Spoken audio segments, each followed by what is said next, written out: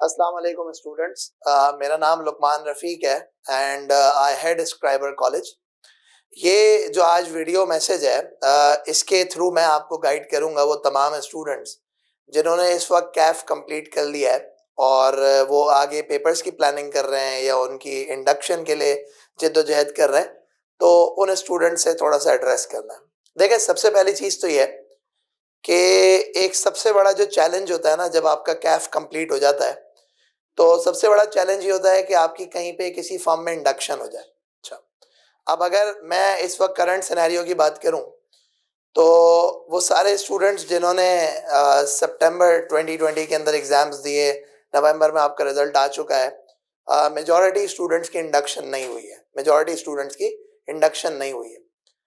तो अब अगर मेजॉरिटी स्टूडेंट्स की इंडक्शन नहीं हुई है तो इसका मतलब है कि इट इज़ हाईली लाइकली कि आपकी अटेम्प्ट जून 21 नहीं होगी, बल्कि जून 22 नहीं होगी, बल्कि इनफैक्ट दिसंबर 22 होगी। अच्छा, अब नाउ हम थोड़ी सी डिस्कशन करेंगे कि वो स्टूडेंट्स जिनकी अटेम्प्ट जून 22 है, वो स्टूडेंट्स जिनकी अटेम्प्ट दिसंबर 22 है, वो इस 1.5 साल के अरसे को या 2 साल के अरसे को किस तरीके से प्लान आउट करें, उसकी थोड़ी सी डिस्कशन करते हैं।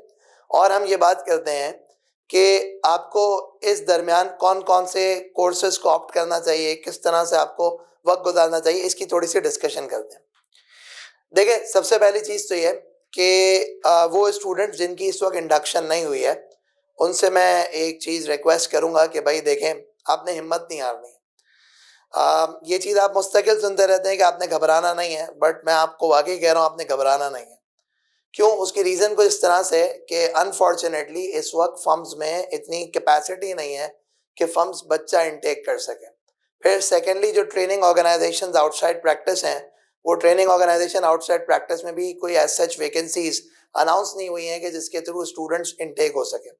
अच्छा, फिर उसके बाद मजीद मामला ये होते हैं कि हमारा जो स्टूडेंट है उसकी अनफॉर्चुनेटली सही तरीके से काउंसलिंग नहीं होती, और उस काउंसलिंग ना होने की वजह से उसको नहीं पता होता कि ये जो ए कैटेगरी फर्म है, ये जो बी कैटेगरी फर्म है, ये कैटेगरी कोई फर्म की कोई आई कैप ने नहीं दी है, बल्कि ये स्टेट बैंक के स्पेसिफिक रेगुलेशंस के थ्रू उसको कैटेगराइजेशन किया जाता है। खैर एनीवेज, तो मैं अगर बात करूं तो मैं देखें, सबसे पहली चीज़ तो ये डिस्कस करूंगा कि एज ए स्टूडेंट आपको ये पता होना चाहिए, और एज ए स्टूडेंट आपको जो ना अपने आप को थोड़ा सा जो ना वो कंफर्ट जोन में लाना चाहिए कि यार अगर इंडक्शन नहीं हो रही तो सिर्फ ये आपके साथ नहीं है, आपके जैसे बेशुमार तरह के और लोग भी हैं जिनकी इंडक्शन नहीं हो रही।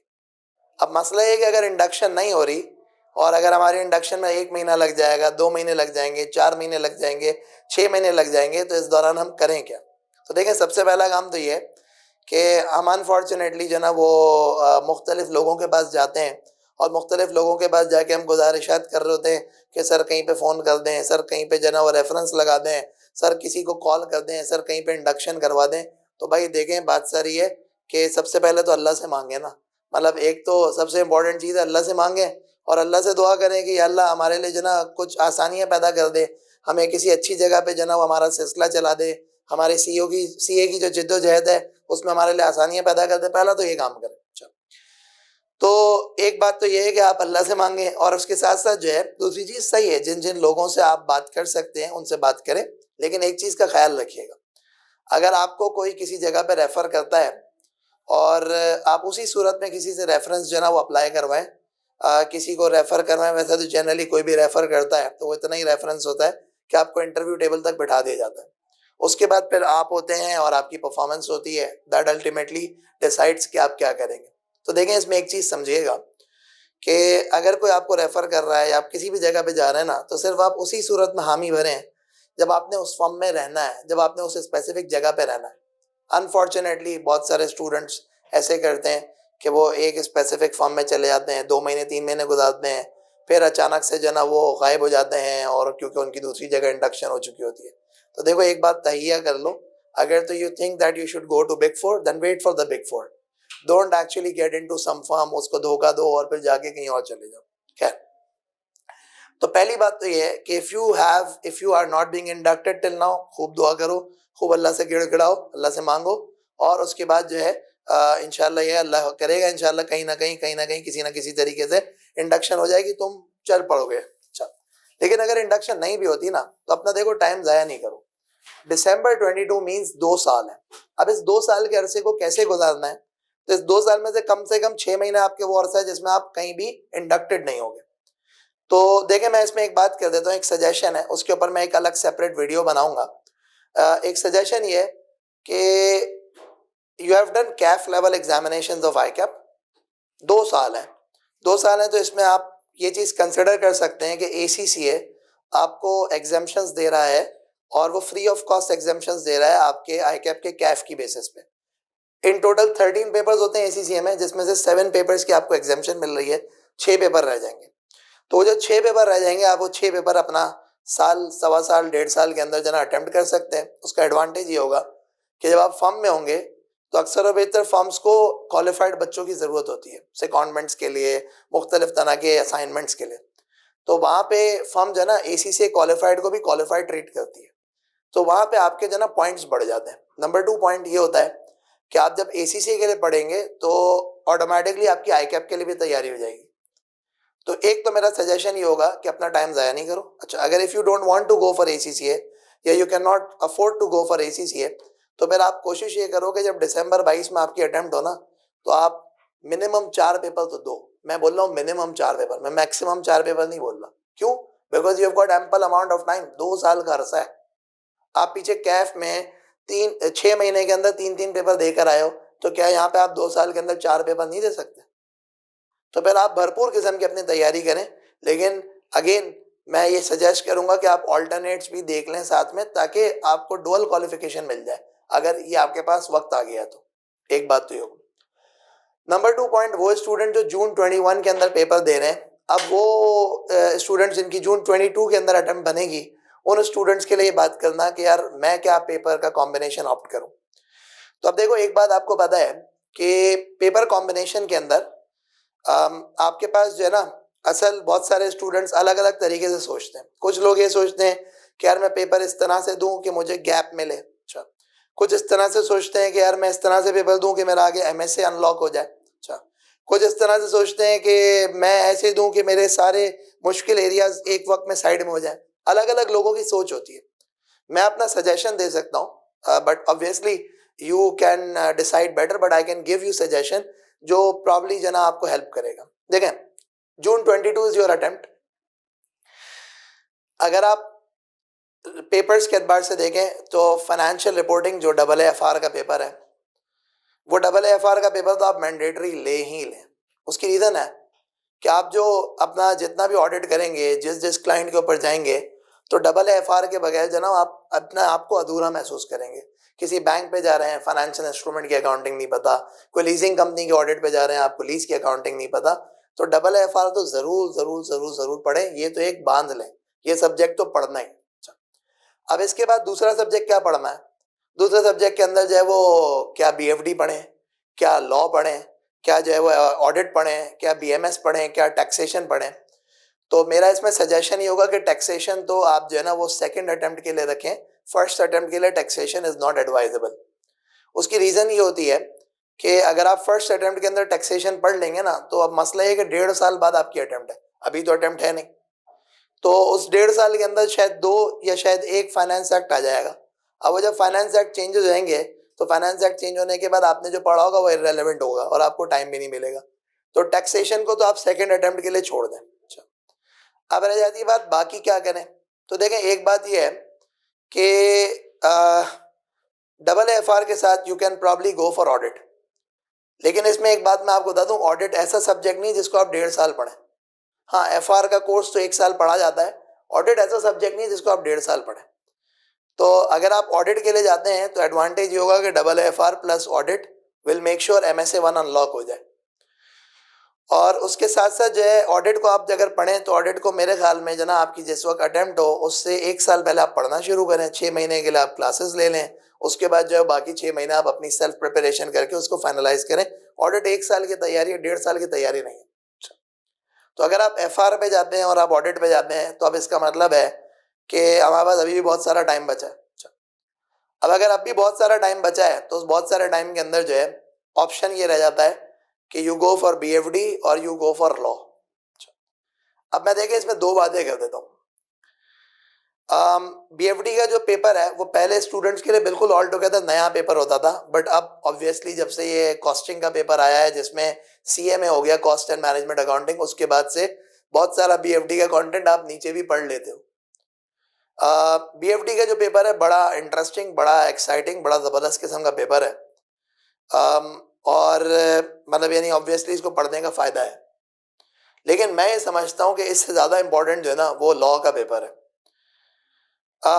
उसकी रीज़न ये है कि देखें, आप कहीं भी जाते हैं ना प्रैक्टिकलिटीज़ के अंदर, तो एक तो FR रिपोर्टिंग तो मैंने आपको कहा आपने पढ़ना ही पढ़ना। सेकेंडली लॉ का सब्जेक्ट, अगर आप लॉ को देखें तो आके अपने लॉ का पेपर ओपन बुक कर दिया। अब जब ओपन बुक कर दिया लॉ का पेपर, तो इसका मतलब है कि एग्जामिनर अब आपसे डेफिनेशन नहीं पूछेगा, एग्जामिनर अब आपसे एप्लीकेशंस पूछेगा, एग्जामिनर अब आपसे जो ना वो लॉ के अंदर बहुत कुछ उसको जो ना मतलब बहुत डीप डाउन जाके लॉ को डिग आउट करेगा और आपसे बहुत कुछ पूछेगा। तो you have to be conceptually strong. तो मेरा मशवरा ये होगा कि you should study law. Usually जितने भी ट्यूटर्स पढ़ाते हैं वो 6 महीने के अंदर लॉ का कोर्स खत्म कर देते हैं। पहले ट्रेंड था 1 साल, लेकिन जब से ये ऑनलाइन एजुकेशन हो गई है the trend has been 6 months. तो आप 6 महीने पढ़े, उसके बाद जो है you should go through the ordinance, मतलब आप कोशिश करें कि आप ऑर्डिनेंस पढ़े। हमारे बच्चे शॉर्टकट पे जाते हैं, स्टैंडर्ड पढ़ने नहीं है, समरीज पढ़ लेनी है जी, आइजा पढ़ने नहीं है, समरीज पढ़ लेनी है। अच्छा भाई लॉ की जो ना वो रट्टे मारने वाली किताबें पढ़ लेनी है, इस तरह से ना करो। आप जो ना वो बाकायदा पूरा प्रॉपर तरीके से ऑर्डिनेंस पढ़ो। ये आपको सिर्फ पेपर की हद तक नहीं रहना, आपने जिंदगी के अंदर बहुत सारे काम करने, उसके अंदर भी आपको ये फायदा देगा। तो अगर मैं एक स्टूडेंट को सजेस्ट करूं तो I would say you should go for FR के साथ you should go for law, और लॉ के साथ साथ जनाब आप तीसरा सब्जेक्ट जो दें दैट शुड बी ऑडिट। अच्छा, अब ना should I go for the fourth paper, तो उसके लिए मैं आपको थोड़ी सी गाइडेंस दे देता हूँ। देखें, अगर तो आप ये समझते हैं कि you can handle, and I think everyone can handle, it's just that कि अनफॉर्चुनेटली ना एक माइंडसेट ऐसा हो चुका है कि नहीं 4 पेपर तो हैंडल नहीं होंगे। क्यों नहीं हैंडल होंगे? आपसे पहले जो मॉड्यूलर अटेम्प्ट थी तो मॉड्यूल E और मॉड्यूल F होता था। अगर आपको पता नहीं हो तो मॉड्यूल E इस तरह से होता था कि 1.5 साल की अटेम्प्ट होती थी मॉड्यूल E की, यानी कि रजिस्ट्रेशन के 18 मंथ्स बाद मॉड्यूल E देते थे। 4 पेपर होते थे, एक पेपर भी फेल हो गया, चारों फेल। तो बहुत सारे बच्चे ये करते थे कि वो 4 पेपर देते थे मॉड्यूल E के, मॉड्यूल E पास होता था, फिर मॉड्यूल F देते थे फौरन से अगली अटेम्प्ट में। 4 पेपर एक साथ, एक भी फेल हुआ, सब फेल। फिर वक्त के साथ साथ आके अपने परमानेंट क्रेडिट का और कॉन्सेप्ट वगैरह निकालना शुरू किया, लेकिन ये वाली अप्रोच होती थी और लोग पास करते थे, लोग क्वालिफाई होते थे।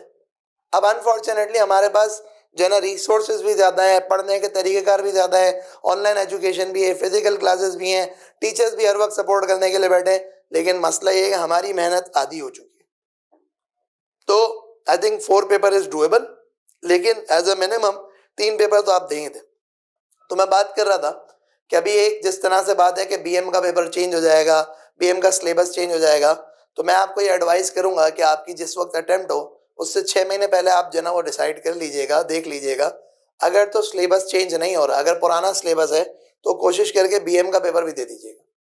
तो मतलब like FR, audit, law and BM। इससे क्या होगा? इससे होगा ये कि आपका एक MSc अनलॉक हो जाएगा।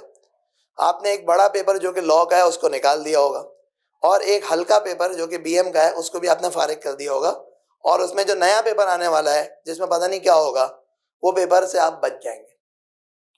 फिर उसके बाद नेक्स्ट अटेम्प्ट में obviously you can have MSA 1, BFD, FR वगैरह, BFD एंड टैक्स, इस तरह से आप कर सकते हैं।